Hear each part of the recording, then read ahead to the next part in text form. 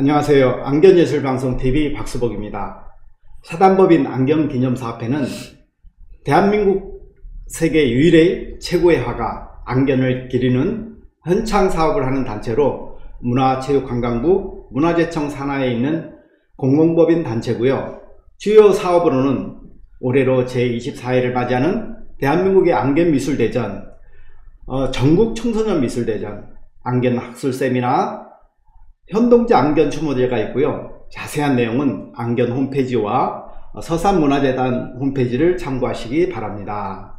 우리 안견예술방송TV는 교양, 음악, 문학, 그림, 무용, 연극, 영화 등 우리의 삶에 뗄 수 없는 예술을 여러분에게 전달하고자 합니다. 오늘은 서산의 미래의 보석상자의 저자이신 서일중고등학교 조항구 이사장님을 모시고 대한민국의 문화유산, 미래의 먹거리인 서산, 특히 지곡면 부성산성과 부성사, 고운 채취원 부성대수의 재발견, 조선시대의 세계적인 화가 안견, 정충신과 진충사, 현재 일본 국보인 칠지조 등 우리 지국을 대표하는 서산의 미래의 보석상자에 대해 이야기를 하고자 합니다.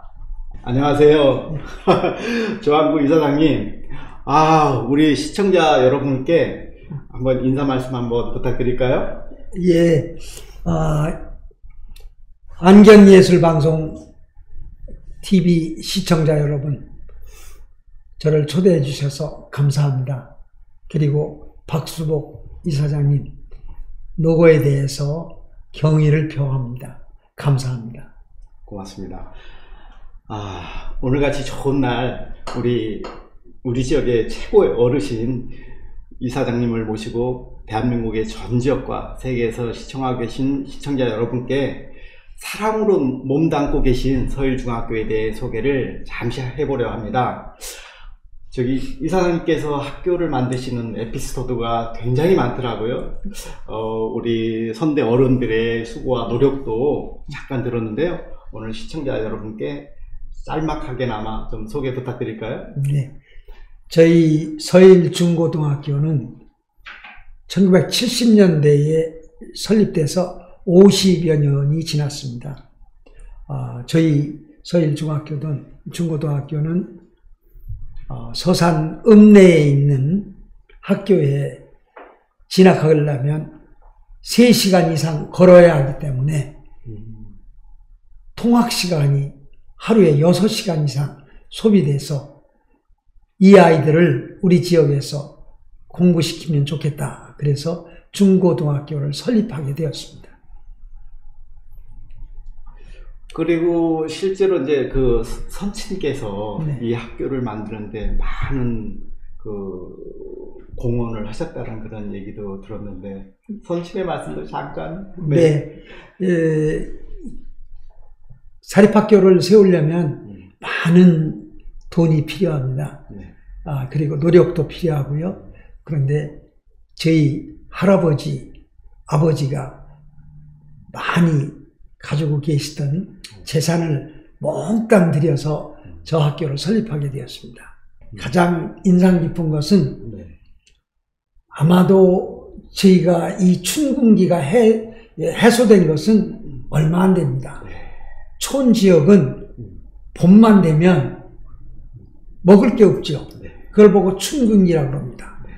그런데 그 춘궁기 때에 저희 할머니가 대문에다가 큰 가마니, 그걸 섭이라고 합니다만, 거기다 쌀 하나는 보리 하나는 콩 넣고 대문에 오는 분마다 아이건 어른이건 한 대박씩 퍼서 3대박을 주는 걸 봤습니다. 어떤 집은 심지어는 5명 가족이 쪼르르 왔어요. 그래서 다 줬어요. 그래서 제가 물었습니다. 왜 한 집에 왔는데 이렇게 많이 주세요? 그랬더니 그게 다 몫이 다르다. 이런 말씀을 했습니다. 그래서 그 시절에는 저희 할아버지가 그 춘궁기에 그 지역에 있는 사람들을 이렇게 어려움을 해소하는데 일조를 하는 걸 보았습니다. 그런데 저희 아버지는 저희 지역에 학교가 없어서 서울까지 가서 중고등학교, 대학을 다녔기 때문에 이 지역에 학교를 세우는 것이 좋겠다. 그런데 정부에서 한 달에 한 번쯤 그 학교에, 거기다가 학교를 세워달라고 편지를 받았습니다. 그런데 그러고 나니까 제가 이 대학을 졸업하고 서울에서 선생님을 하는데 이 지곡에 와서 1년만 너 좀 봐줄 수 없겠느냐. 그리고 제가 미국에 유학 가기로 돼 있는데 1년 와서 봐줬는데 그 다음 해에 저희 아버님이 49살 됐는데 급성 간장염이 걸렸습니다. 그래서 세브란스 병원에 입원했는데 15일 만에 돌아가셨어요. 그때는 아마 급성 간장염을 치료 못했던 것 같습니다. 약 50년 전 얘기입니다만은.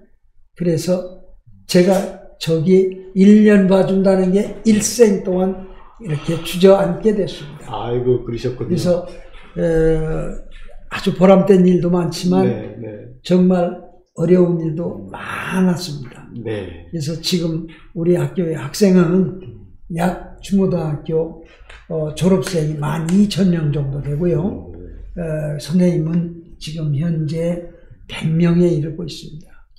우리 이사장님은 특히 이제 선친들의 그런 요즘에 말로 하면 후광이라고 해야 되나요? 사랑이라고 해야 되나요?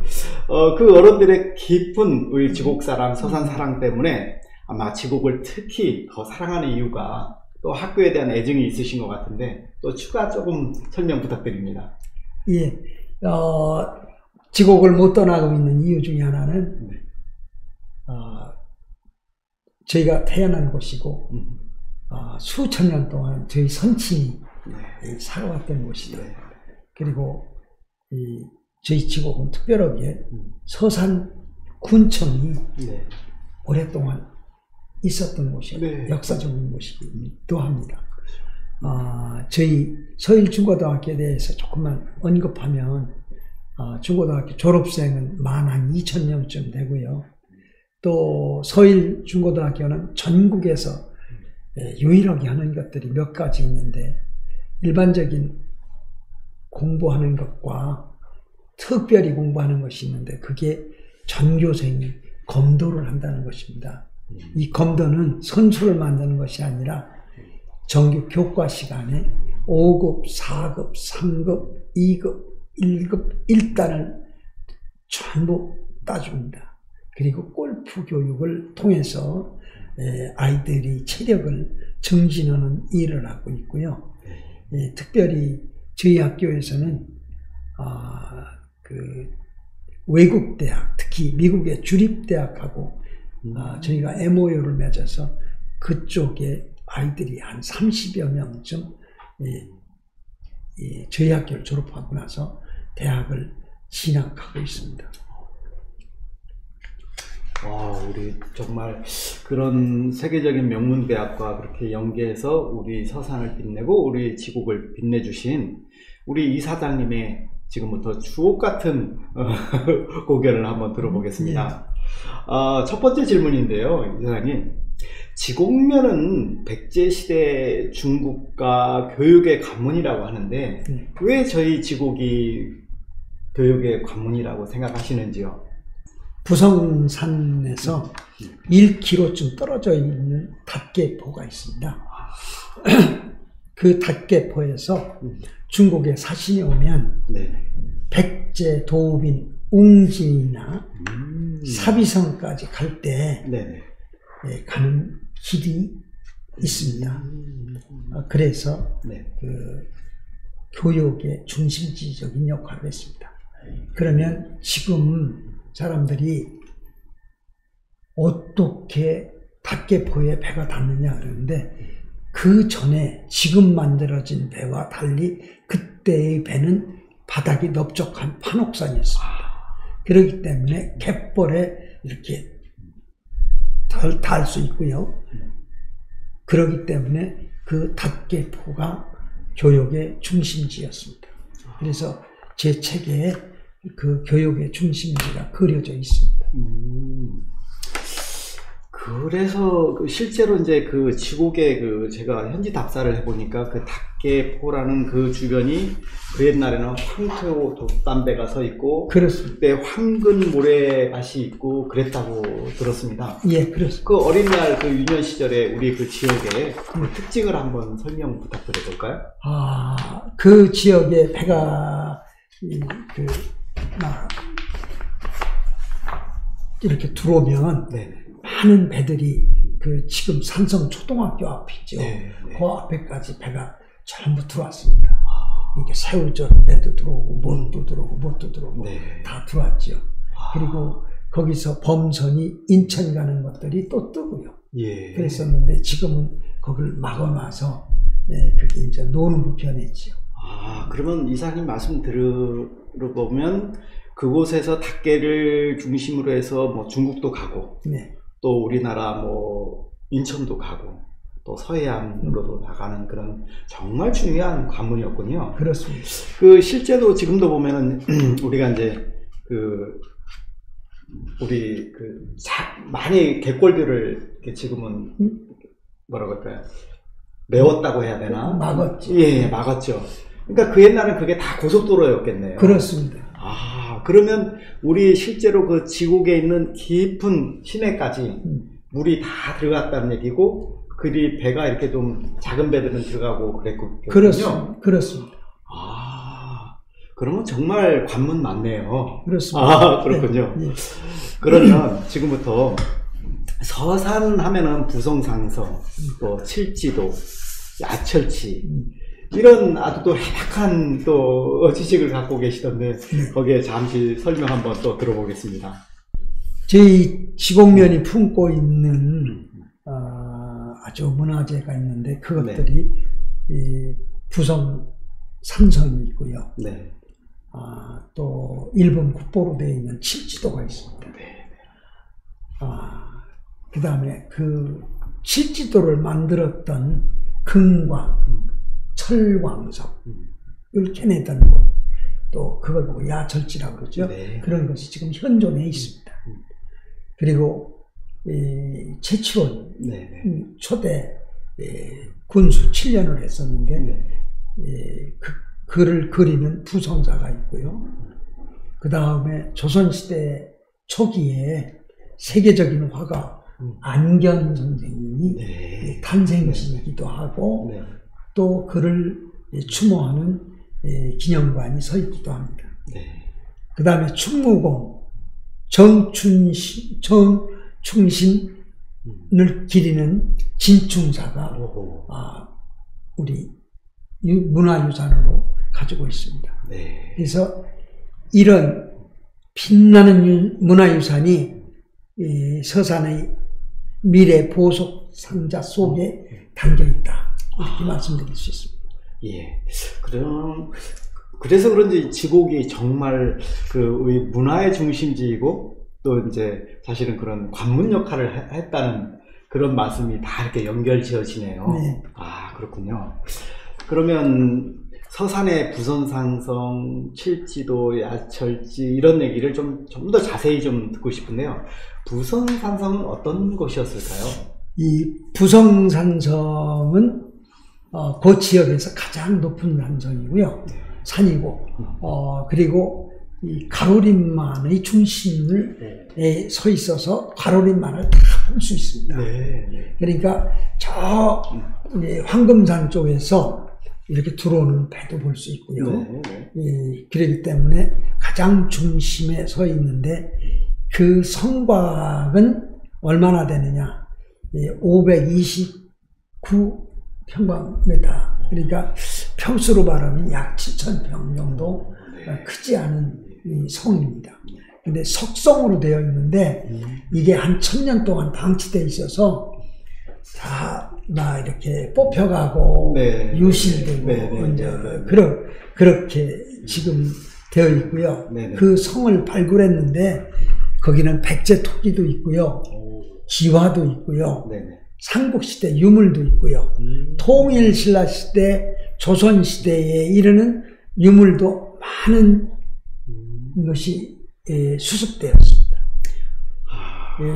그래서 우리 이 부성 산성은 이제 우리들 힘에 의해서 홍성의 홍주성과 네네. 면천성처럼 네네. 다시 복원돼야 된다. 이렇게 주장하는 거죠. 아, 예. 저도 우리 이사장님하고 똑같은 심정이고요. 저는 사실 가끔 거기를 올라가 보거든요. 예. 정말 이사님 말씀대로 아름답고 넓은 시야를 얻을 수 있고, 또 물론 우리 서산의 시민들이 그곳이 있는지, 또 내지는 그렇게 아름다운 또 둘레길이 있는지 잘 모르는 우리 시민들도 많이 있지 않습니까? 그렇습니다. 우리 그렇게 잘 복원이 돼서 정말 후손들에게 위대한 유산이 되기를 또 간절히 기대해 보겠습니다. 그리고 또 그 옆에 또 칠지도가 또 있지 않습니까? 네. 예. 이 칠지도야말로 정말 보물 중에 또 보물이거든요. 네. 이 백제 근초왕 252년도에 네. 그 외왕에게 하사한 칼이거든요. 네. 칠지도란 끝이 7개다. 예, 그런 뜻이거든요. 예. 그런데 제 생각에는 그 외왕이 아마 우리의 담도였지 않았겠느냐. 이 담도가 이 백제 시절에는 그 일본에 많이, 그러니까 그 지역 그 사령관, 파견관 뭐 이런 뜻이겠죠. 그리고 중국에도 많이 있었습니다. 그래서 네. 백제가 이 동북아에 완전히 제국이었었거든요. 네. 그래서 그때에 만들어준 것이다. 근데 이 칠지도는요, 우리 역사 기록에는 거의 없습니다. 어디서 찾느냐 하면 네. 일본 역사서에서 이걸 찾아왔는데요.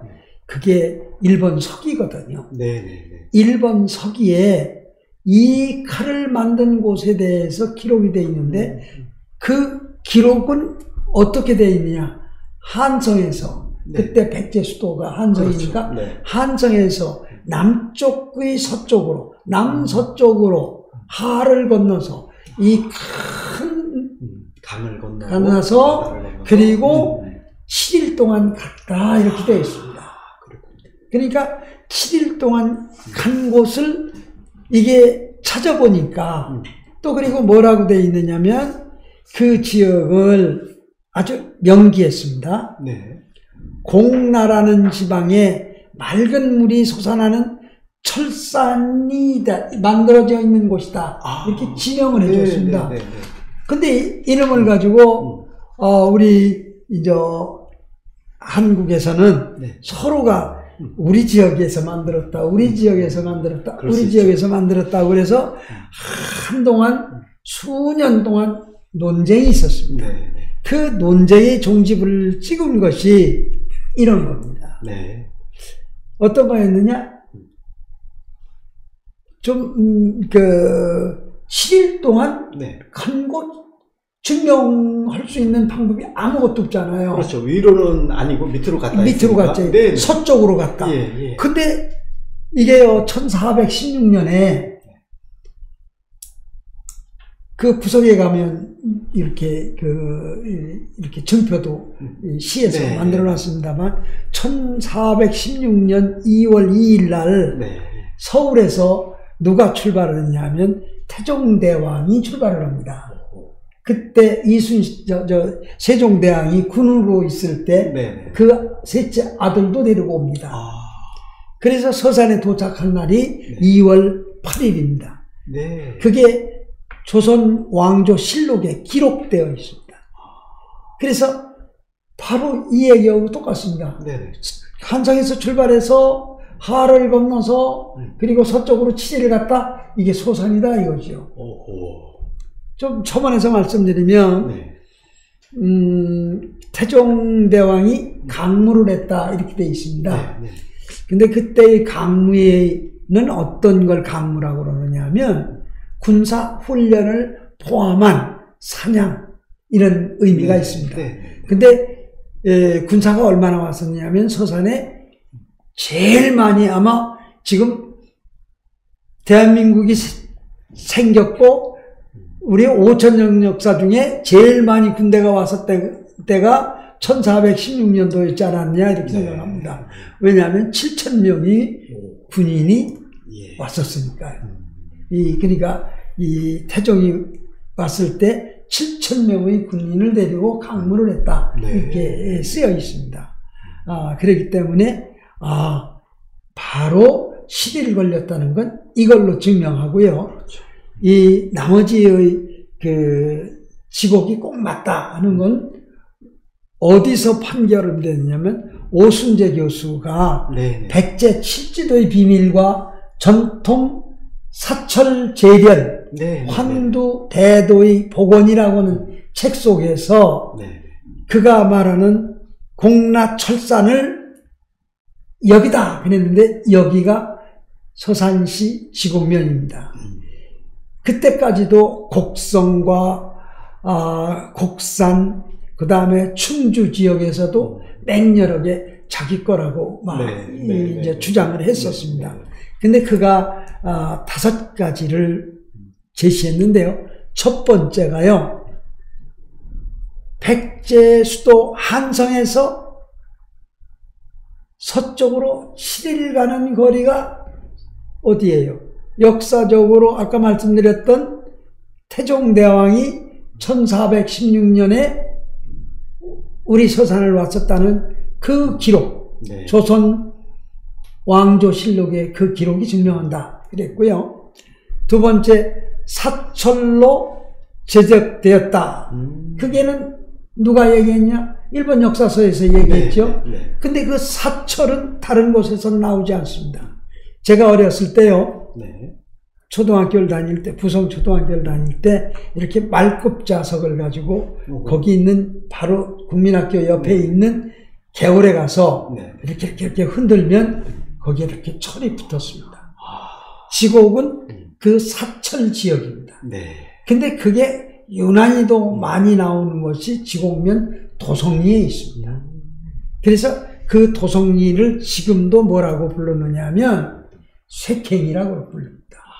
쇠똥이 나오는 곳이다. 그래서 지금 거기 어민회관이 서 있는 그 지역의 밭을 파면 전부 다 용광로에서 녹였던 쇠똥, 그게 밭에 다 깔려 있습니다. 그래서 한번 그걸 정부에서 정책적으로 복원했으면 좋겠다. 그런 마음을 가지고 있습니다. 그 다음에 숯이 있거든요. 소나무, 참나무가 많이 있어야 되는 건데 다른 곳에는 이걸 없습니다. 참나무가 없더라고요. 소나무는 있는데 조사했는데 다른 지역. 그래서 우리 지곡이다. 네 번째는요. 주위에 뭐가 있었냐, 맑은 식수가 있어야 합니다. 이걸 재련하려면. 근데 거기는 아주 맑은 샘물들이 퐁퐁 나오는 곳입니다. 그 다음에요, 또 중요한 게 있습니다. 거기다가 이렇게 칠지도가 있는데 거기다가 이 글씨를 이렇게 썼는데 그 글씨에다가 무늬를 넣는데 이렇게 그걸 상감이라고 그런답니다. 근데 그 상감이 뭘로 할 수 있냐면 물감으로도 할 수도 있고 은으로도 할 수 있는데 금으로 되어 있습니다. 그러면 그 금이 나오는 곳이 한다. 그런데 도성리가 금광이 있습니다. 그래서 제가 어렸을 때도 금을 채굴하는 걸 봤거든요.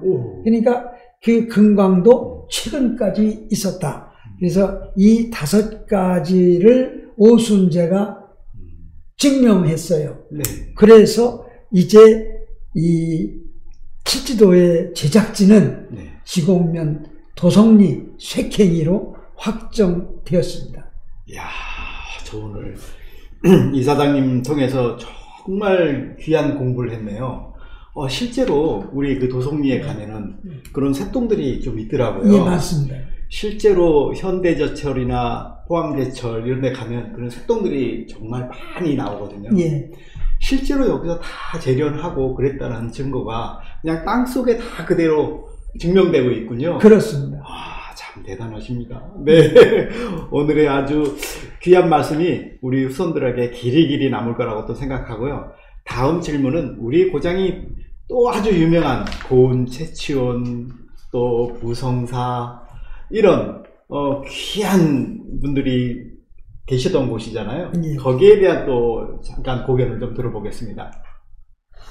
이 부성사 말씀하면 네. 곧 최치원 말씀이 연결되는데요.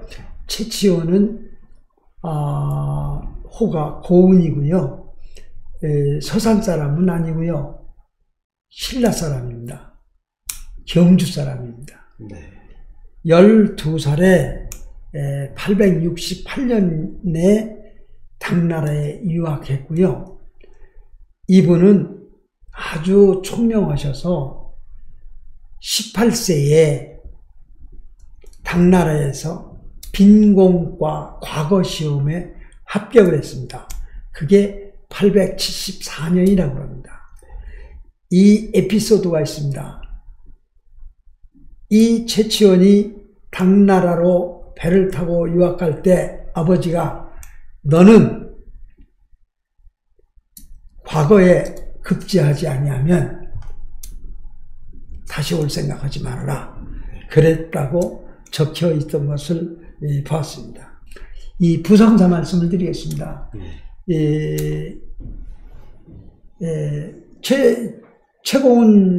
최치원 선생님이 887년부터 893년까지 지공면에서 태수를 하셨습니다. 근데 그때에 있던 모든 시설들은 없어지고요. 나중에 1907년에 최씨 문중에서 글을 그리기 위해서 지어놓은 집이 바로 부성사입니다.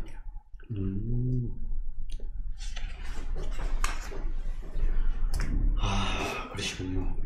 그 대문호이신 고은 최치원 선생님이 우리 서산에, 특히 우리 지역에 그 태수로 오셔가지고 7년 동안 이 아름다운 고장에서 그의 대문호답게 아름다운 문화유산을 잘 만들어 놓고 가셨잖아요.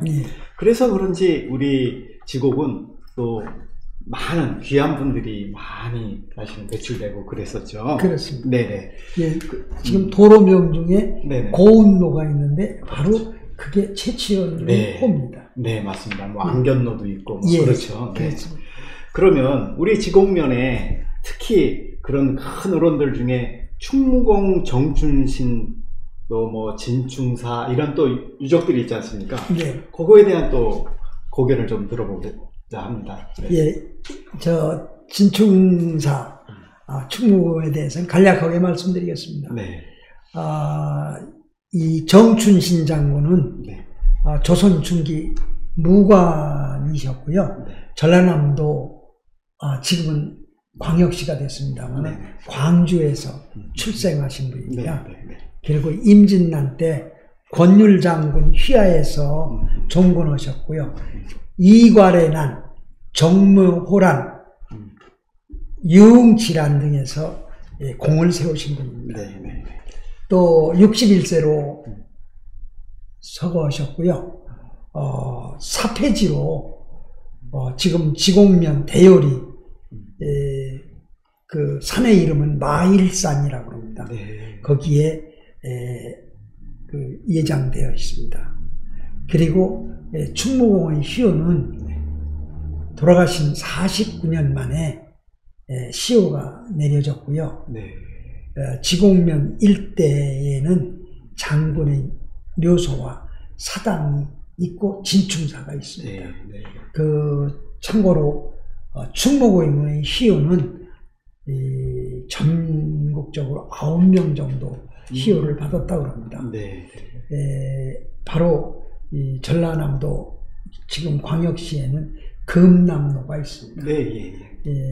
우리가 이 부분도 우리의 문화유산이기 때문에 크게 헌창해야 된다고 맞습니다. 그러면 그 정충신이라는 분이 아까 말씀하신 대로 우리 지역에서 태어나신 분은 아니신데 그렇습니다. 어찌 그 사당이 여기 있고 또 묘지가 여기 있는지 또 제가 가봤더니 그 부인묘까지 같이 있더라고요. 네. 그 특별한 이유가 있습니까?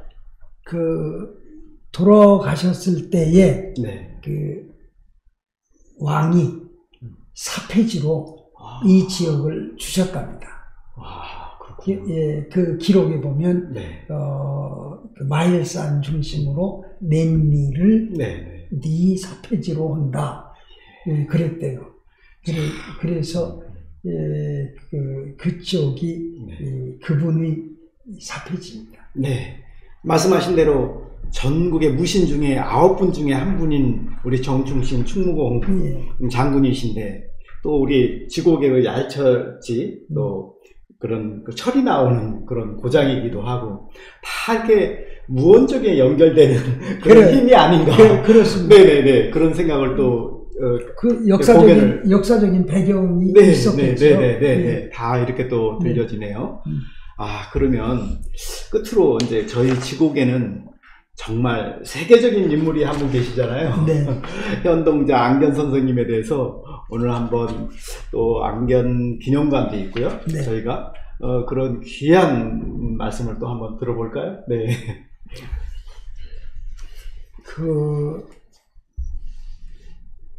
저는 안타까운 게 뭐 유럽이나 이럴 때 가보시면 별스럽지 않은 사람들의 작품, 뭐 한 개 그려놓은 거, 뭐 2개 그려놓은 거, 이런 거 가지고 또 100년 후에, 200년 후에, 400년 후에 그게 다 위대하다고 대단한 이렇게 일들을 하는데, 우리는 이렇게 세계적인 거장이 이 지역에 있음에도 불구하고 그 땅속에 묻혀있다, 이런 느낌을 받습니다. 네, 그렇군요.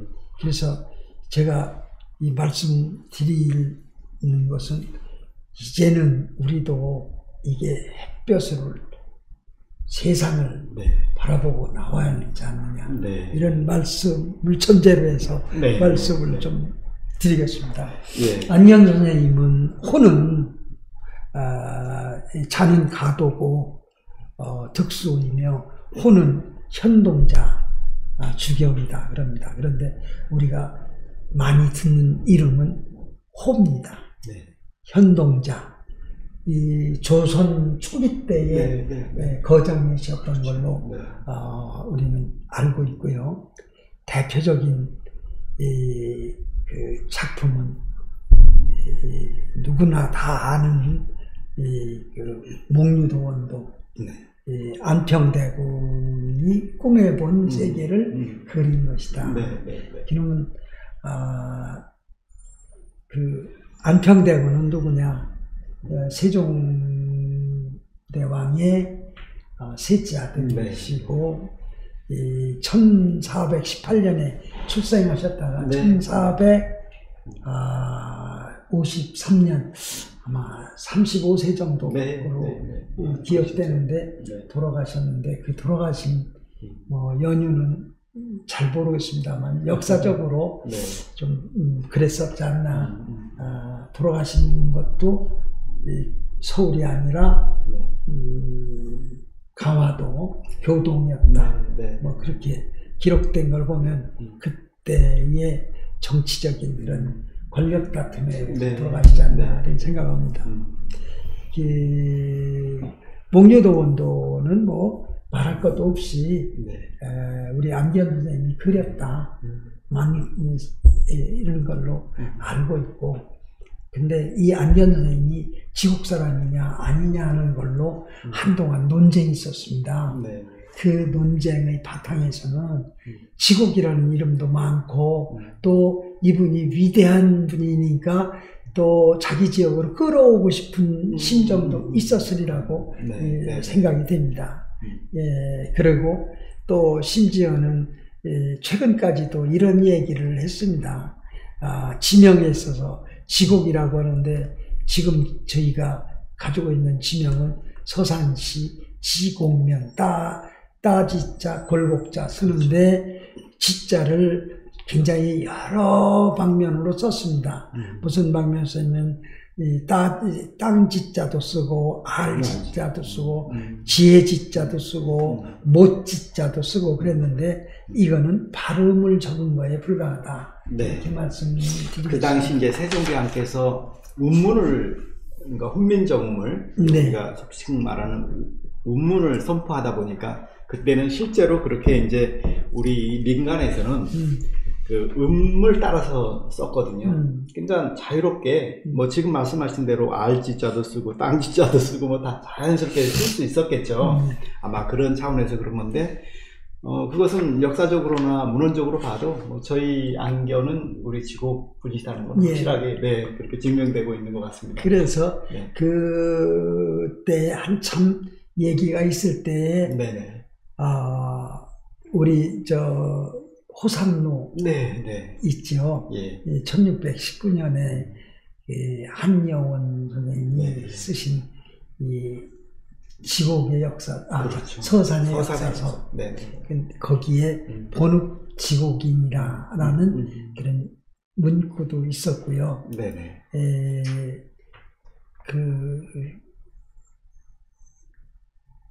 그 복림대군의 사부였던 안웅창 선생님이 여기 계셨어요. 그래서 네. 그 축계사적이라는데도 본읍 지곡인이라고 하는 말씀을 쓴 기록이 있습니다. 네. 그래서 저희가 볼 때 이건 뭐 네. 지곡 것이다. 네. 이건 네. 뭐 특별한 이게 없지 않나 이런 생각이 들고요. 그 중에 뭐 안치가 지곡이 많이 살았다는 그런 기록도 신정동국 여지 승남에 쓰여 있는 걸 봤습니다.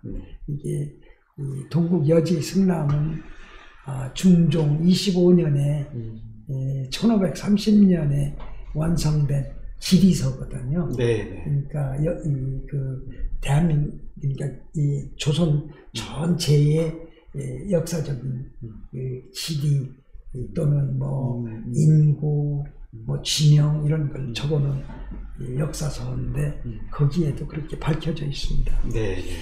또 그 안희준 박사라고 이 서울대학교 명예교수고 박물관장이었고 국사 편찬위원이었고 문화재위원장이었던 안희준 박사도 와서 지금 돌아가셨습니다만은 향토사학자 이은우 선생, 뭐 공주대학 이문종 교수 등이 여기 와서 실사를 했는데 지곡이 맞다 이렇게 또 말씀을 해주었을 때 제가 따라다니면서 들었습니다. 그리고 검은돌 농촌마을에서 태어났으며 선생님이 이 호를 현동자라고 한 것은 그런 데서 유래하지 않았을까.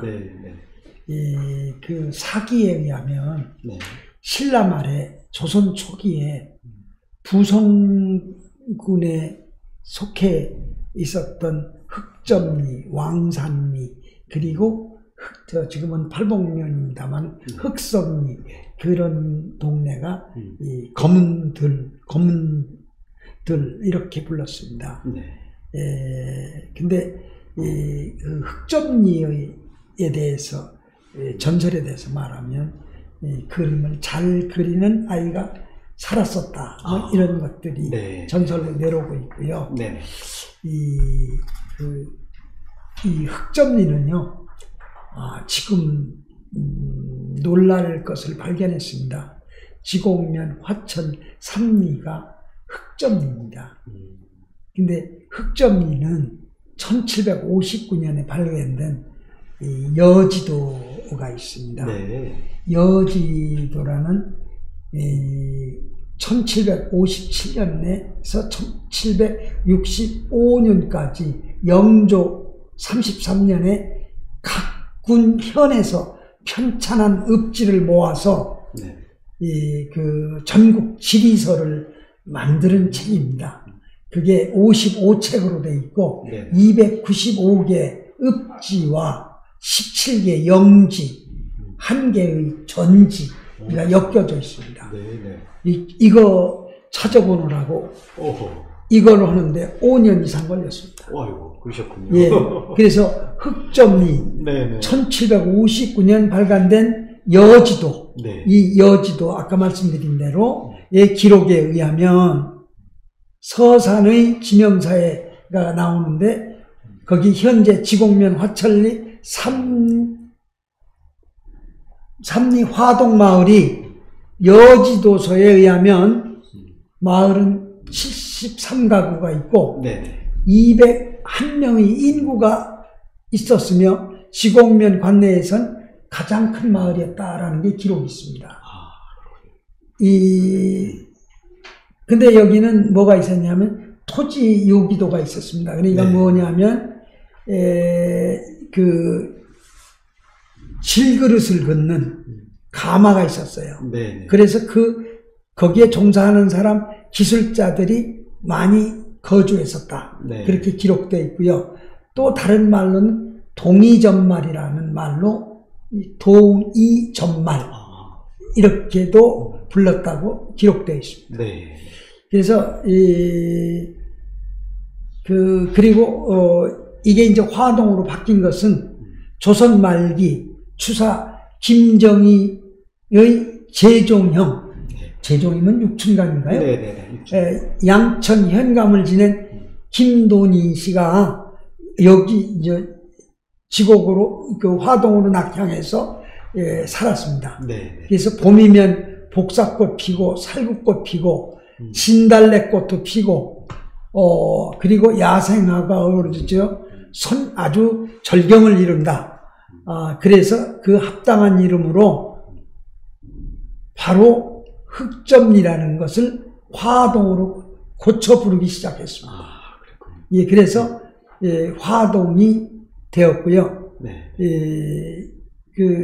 이 안견이 어렸을 때 보던 복사꽃의 기억으로 목류도원도를 그렸을 것으로 그렇게 추측하고 사료합니다. 예. 네. 그래서 지금 요거는 아주 위대한 발견을 제가 했다. 네. 그렇게 생각됩니다. 네. 그래서 지금은 안견의 출생지는 흑점리였고 일명 동이전말이라도 불렀고 그런데 지금은 그 동네가 화천리 화동마을로 바꿨습니다. 그때의 양천군수가 그렇게 했다. 근데 그 후손이 지금 지곡에 살아 있습니다. 그렇군요. 네. 그리고 목류도원도는 천리대학에 지금 보관되어 있는데 그거는 우리가 환수해야 되지 않나. 네. 그게 지상 최대의 과제다. 네. 그렇게 생각을 합니다. 그리고 우리 지금 국립박물관에 보관되어 있는 것이 목류도원도, 사서팔경도, 소상팔경도, 적벽도 이런 것이 지금 있고요. 우리 지금 지곡에 있는 안견기념관에는 이 모사본이 지금 있지 않나. 그리고 저희 학교에도 현관에 이렇게 목류도원도가 이제 사진으로 전시되어 있습니다. 근데 그 목류도원도에 대해서는 더 말씀드릴 필요 없고요. 이 사서팔경도나 소상팔경도, 적벽도는 아마 그 중국의 명승지 8곳을 이렇게 그린 것이다. 이렇게 설명을 드릴 수 있겠습니다. 네, 정말 말씀 잘 들었고요. 네. 마지막으로 서산시 지곡명 문화유산의 발전을 위해서 앞으로 더 좋은 계획, 포부 한 말씀 부탁드리겠습니다. 감사합니다. 박수보 이사장님, 이게 제가 소원이 있어요. 네. 안견의 세계적인 거장, 우리 세계의 빛이 될 수 있도록 좀 크게 헌창해 주셨으면 감사하겠습니다. 예, 더 노력하겠습니다. 네. 문화체육부 관광부 소속인 사단법인 안견기념사패 진행하고 있는 안견예술TV는 오늘 충남 서산시 지곡면 서일중고등학교에서 교육에 평생 몸바치신 조항구 이사장님과 말씀을 들었는데요. 오늘 방송을 통해 조항구 이사장님의 그동안 노고와 수고, 위대한 여정을 기록되었고 앞으로 후손들을 위해 문화예술의 지침서 서산의 미래 보석상자라는 책이 곧 나올 텐데요. 제목처럼 서산, 더 나아가 대한민국의 보석이 되기를 바랍니다. 출간을 기대하겠습니다. 이사장님 감사합니다. 네, 감사합니다. 감사합니다. 네.